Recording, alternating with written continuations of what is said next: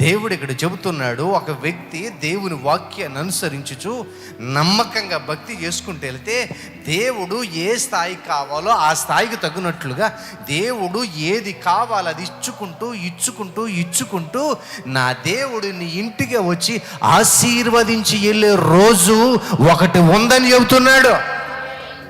అందుకనే నీవు నడవలసింది ఏంటంటే దేవుని వాక్యానుసారంగా బ్రతకాలి, దేవుడు చెప్పినట్లుగా బ్రతకాలి, దేవుని వాక్యములు ఉన్నట్లుగా నడుచుకోవాలి. దేవుడు ఏం చెప్తున్నాడో దాని ప్రకారంగా నువ్వు జీవించాలి.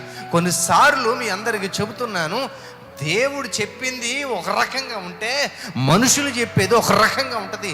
నీకు దేవుడు చెప్పింది కష్టంగా ఉంటుంది, మనుషులు చెప్పింది ఫ్రీగా కనిపించేది. ఒక మాట చెప్పనా, దేవుడు చెప్పింది నీకు కష్టంగా ఉన్నా నీ వయసు వచ్చేసరికి అదే మేలు అవ్వబోతుంది. దేవుడు చెప్పింది కష్టంగా ఉన్నా నువ్వు దాని కొరకు నిలబడితే నీకు అవసరం వచ్చేసరికి నీ వయసు వచ్చేసరికి అదే మేలుగా మార్చబడుతుంది.